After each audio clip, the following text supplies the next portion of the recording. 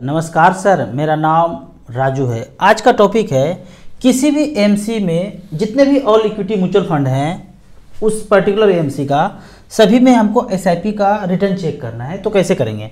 इसके लिए आप StarSIP.in पर जब आप विजिट करते हैं और मोबाइल को ऐसे डेस्कटॉप मोड में रखते हैं, हॉरिजॉन्टल रखते हैं, तो इस तरह से साइट खुलेगा। यहाँ पे आपने एक्सिस सेलेक्ट कर लिया, ऑल इक्विटी सेलेक्ट कर लिया, 10 साल के लिए 5,000 रुपये पर मंथ। तो इस तरह से सिर्फ एक्सिस का यहाँ पे आ गया।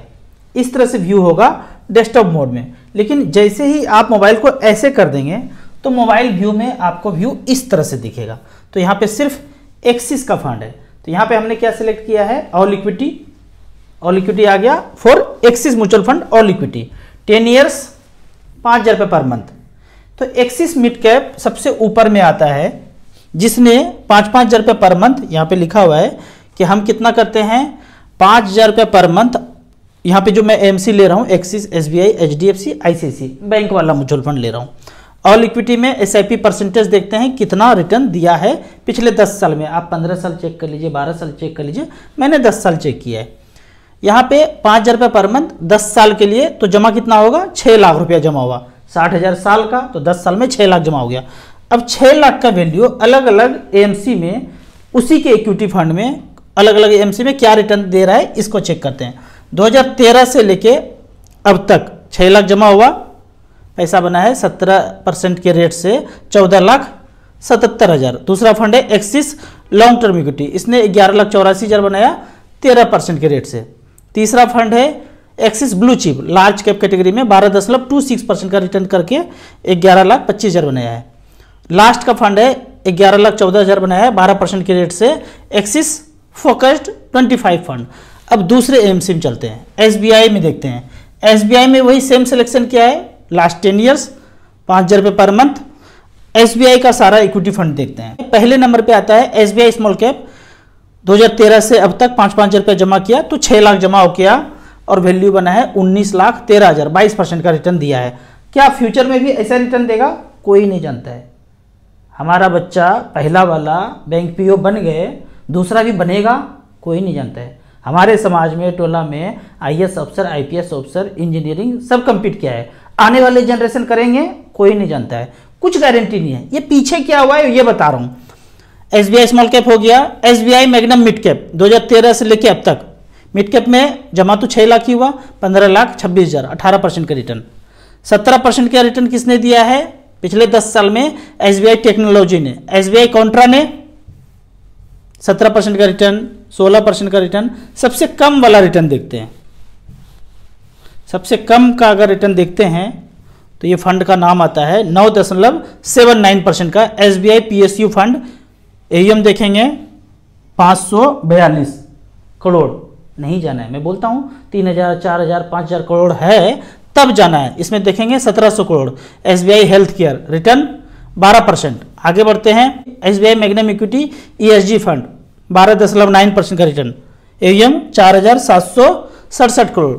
इसी तरह से करके AUM वाइज आप चेक कर सकते हैं। आगे बढ़ते हैं, HDFC के AMC में देखते हैं। ऑल इक्विटी यहाँ पे है, HDFC स्मॉल कैप 6 लाख जमा हुआ। पहला फंड है स्मॉल कैप ने 16,52,000 बनाया, 5,000 का SIP पिछले 10 साल में, 19% का रिटर्न। HDFC मिड कैप 18% का return, HDFC flexi cap 15.56, HDFC focus 30 14.37। Last में सबसे खराब वाला देख लेते हैं, HDFC इंफ्रा 658 करोड़, रिटर्न 11%। तो HDFC टैक्स सेवर 80C के लिए 10,000 करोड़ का EM है, 13.04% का रिटर्न 2013 से लेके अब तक ये है। अब ICICI का बात करते हैं। ICICI में देख लेते हैं ऑल इक्विटी। कभी मन में होता होगा ना कि एक ही एएमसी का सारा हम कंपेयर करना चाहते हैं, एक ही सीट पे, एक ही मोबाइल स्क्रीन पे। तो पहला फंड आता है ICICI प्रोडक्शन टेक्नोलॉजी, SIP किया 5,000 रुपये पर मंथ, 6 लाख जमा हुआ, 10,000 करोड़ AUM में, इसमें 15,71,000 बना 18% के रेट से। 17% के रेट से 17% के रेट से दो फंड है, ICICI Prudential small cap, ICICI Pru Infra, ICICI value discovery. बहुत पुराना फंड, 6 लाख रुपया यहाँ SIP के थ्रू गया, 13,86,000, 16.21% का return, 15.56 ICICI Prudential mid cap इसमें गया है। सबसे लास्ट वाला देखते हैं, सबसे लास्ट वाला कितना रिटर्न दिया है, ICICI prudential long term equity 6 lakh जमा हुआ 5-5 हजार की दर से, पैसा बना है 12 लाख, 13.53%, मतलब बैंक से लगभग डबल रिटर्न मिल गया है अगर यहाँ पे भी एटीसी में टैक्स वाले फंड में इन्वेस्ट किया है, एसआईपी किया है। तो इस तरह से करके आप देख सकते हैं कि अलग अलग एएमसी में कितना रिटर्न दिया है। दूसरा क्वेश्चन था हमारा इसी वीडियो में कि म्यूचुअल फंड, और आप कभी गारंटी क्यों नहीं देते हैं म्यूचुअल फंड में कि 12% मिल जाए, 13% मिल जाए, जैसे बैंक देते हैं वैसे गारंटी दे सकते हैं। जब इतना अच्छा प्रोडक्ट है 15%, 20% ऐसा रिटर्न दे रहा है तो रिटर्न दे सकते हैं, हम गारंटी भी दे सकते हैं 12%, 13% का नहीं, 12% का 11% का दे दीजिए, 10% का दे दीजिए, तो गारंटी नहीं दे सकते हैं। इसके लिए यहाँ पे एक चीज फैक्टर जानिए, जिसका भी प्राइस डेली अप डाउन होता है उसमें गारंटी नहीं दे सकता है। जैसे सोना है रोज ऊपर नीचे हो रहा है, कौन दे सकता है गारंटी कि आपको सोना आने वाले 4 साल 5 साल में 10% का रिटर्न देगा ही देगा। उसी तरह सोना है, चांदी है, सब्जी का रोज ऊपर नीचे रहा है, कौन बोलेगा आलू प्याज आपको 30 रुपये किलो ही मिलेगा, 60 रुपया, 70 रुपया, 100 रुपया भी हुआ है, इतिहास में देखे होंगे। कार का दाम, फ्लैट का दाम एज पर इन्फ्लेशन ऊपर नीचे होता है, तो कोई गारंटी नहीं दे सकता है। जहां भी प्राइस ऊपर नीचे होता है, हलचल होता है, वहां गारंटी नहीं मिल सकता है।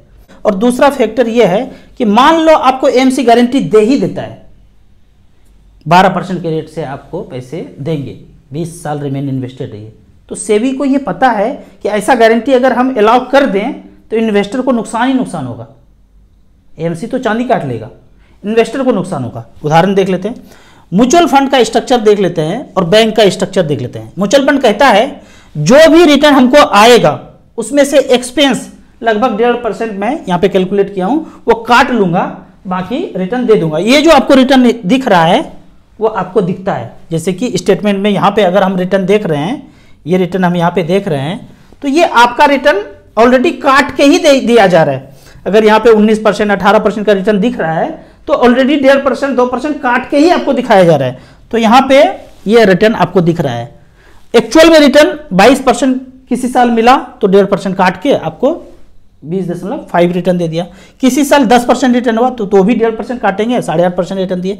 किसी साल 6% का ही रिटर्न मिला तो भी 1.5 काटेंगे, 4.5 मिला। किसी साल -2 रिटर्न मिला तो 1.5% और काटेंगे, तो -2 और -1.5, 3.5% का पोर्टफोलियो पे निगेटिव रिटर्न दिखेगा आपको। अब बैंक का स्ट्रक्चर देख लेते हैं। बैंक कहता है आपको 7% का रिटर्न दूंगा, कोई चूंचा करने की जरूरत नहीं है, कहाँ लगाए, क्या कमाए, क्या किए, ये सब पूछने का कोई दरकार नहीं। पूछ नहीं सकते हैं, पूछ सकते हैं आप बैंक में, आपने मेरा पैसा कहाँ कहाँ लगाया बताइए, तो करना है करो भाई, नहीं तो जाओ यहाँ से, 7% रिटर्न है, ठप्पा लगा के दे रहा हूँ, बस बात खत्म। अब बैंक जहां जहां पैसा लगाया, मान लेते उसको 14% का प्रॉफिट हुआ तो 7 अपने प्रॉफिट में रख लेगा, 7 आपको दे देगा। किसी साल 15% का रिटर्न उनको जनरेट करके जहां जहां पैसा इन्वेस्ट करके रखा उसको 15% एवरेज रिटर्न मिल गया, तो आपको तो 7 ही देना है, तो उनका प्रॉफिट मार्जिन 8% हो गया। किसी साल 17% का रिटर्न मिला तो 10% प्रॉफिट रख लिया, आपको तो 7 ही देना है, गारंटी लिखा हुआ है 7% ही देना है, उससे तो ज्यादा देना नहीं है। अब किसी साल 3% का ही रिटर्न मिला तो उनको अपने जेब से 4% देना पड़ेगा, तो दोनों को जोड़ेंगे तो 7% आपको मिलेगा। किसी साल बैंक को घाटा लग गया, मार्केट में जहां जहां पैसा लगाया वहां -2% का घाटा हो गया, तो उनको अपने जेब से -9% का मतलब है अपने जेब से देना पड़ रहा है। पहले से बचा बचा के प्रॉफिट रखे हैं तो -9% देना पड़ रहा है, तब दोनों को जोड़ेंगे तो 7% का रिटर्न आपको मिल गया। अब कहानी कुछ और है कि क्या इन दोनों में क्या अच्छा है, तो कंपेयर करके देखते हैं। एक लेते हैं बात सेंसेक्स का, 100 से शुरू हुआ था, चलते चलते चलते आज 63,000 पे आ गया। तो यहां देखते हैं फार्मूला में कि 100 रुपया से शुरू हुआ था, वन टाइम में गए यहाँ पे लमसम में, यहाँ पे हमने लिखा है लमसम 100 रुपया। 40 साल के बाद अगर 15.8% का रिटर्न मिला तो वो जो सेंसेक्स है 100 रुपया का वो हो गया 63,500 का। आज सेंसेक्स यही चल रहा है, लगभग 100 का 15.8% का रिटर्न मिला तो 63,500 हो गया। यहाँ पे किसी ने 100 रुपया लगाया मार्केट में, ऊपर नीचे होगा, कोई गारंटी नहीं, जैसा मार्केट गिरेगा तो गिरेगा, बढ़ेगा तो बढ़ेगा, तो 63,000 हो गया। अब किसी ने बैंक में पैसा रखा वही 100 रुपया और 10% का एवरेज रिटर्न मिला होगा, मान लेते हैं पिछले 40 साल में, 44 साल में 10% का एवरेज रिटर्न मिला होगा। तो 10% के रेट से रिटर्न क्या मिला होगा, यहाँ पे 10% के रेट से वही जो 100 रुपया है 6,627 हो गया, यानी कि ये पैसा 6,600 हो गया। और यदि बैंक एवरेज 12% रिटर्न दिया होगा, अभी 7 है, कभी 6 था, कभी 5 था, कभी 9 था, कभी 10 था, हम एवरेज 12 मान लेते हैं। अगर 12 हो जाता तो, अगर रिटर्न 12 दिया होता तो एवरेज, तो 100 रुपया लगाया था 44 साल पहले और 12% का एवरेज रिटर्न स्टैंप लगा के गारंटी के रूप में दिया तो 14,600 आया। 10% के रेट से तो 6,600 आया, 12% के रेट से 14,600 आया। 13 से कितना, 14 से कितना, आप कैलकुलेट कर लीजिए। लेकिन जिसने गारंटी नहीं लिया उसको 63,000 रुपया मिला है। तो आपको अगर क्लियर पिक्चर हो जाएगा ना, लॉन्ग टर्म में अगर मुझे 13, 14, 15 रिटर्न मिले तो आप कहेंगे भाई कोई गारंटी मत दो, इतना जो पैसा मिल रहा है इतना दे दो। कोई बोलने वाला नहीं है, आपको खुद कैलकुलेट करना है। तो गारंटी वर्ड, लॉन्ग टर्म में गारंटी वर्ड नुकसान का कारण बन सकता है। इसीलिए मार्केट में लंबे समय के लिए इन्वेस्टेड रहते हैं तो फाइनेंशियल फ्रीडम मिल जाता है। लेकिन आप सेफर प्रोडक्ट में लगाएंगे तो इतना ही पैसा होगा जिसमें आप जीवन यापन भी करना दुश्वार होगा।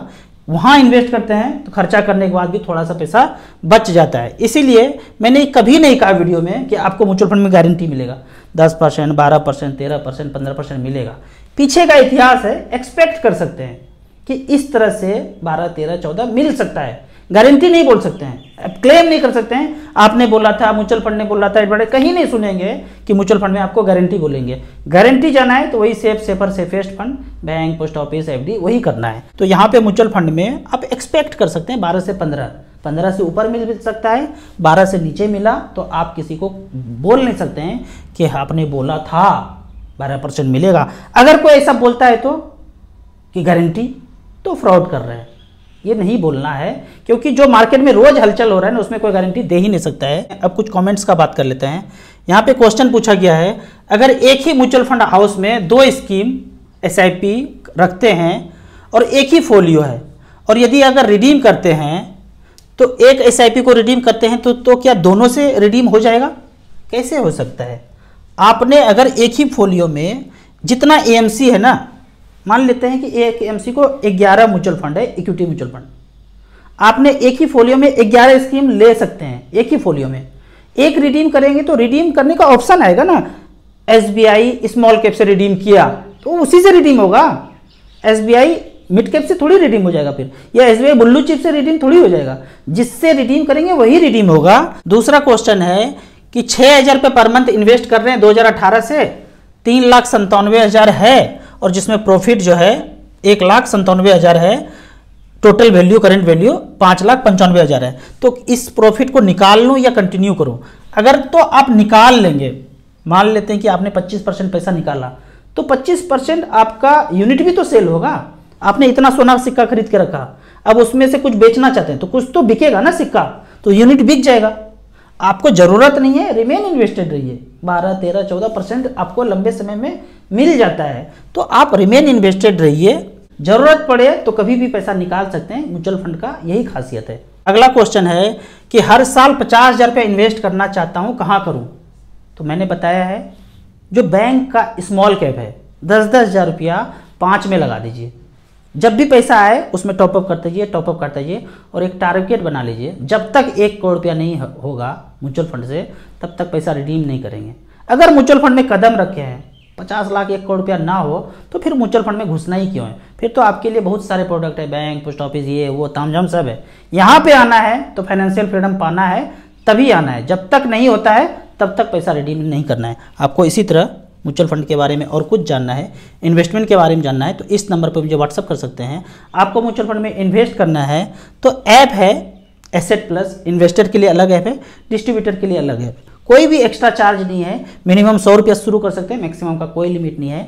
वीडियो अच्छा लगे तो व्हाट्सएप यूनिवर्सिटी में दोस्तों को भी जरूर शेयर करें। यूट्यूब पे देख रहे हैं तो लाइक एंड शेयर जरूर करें। Thank you so much.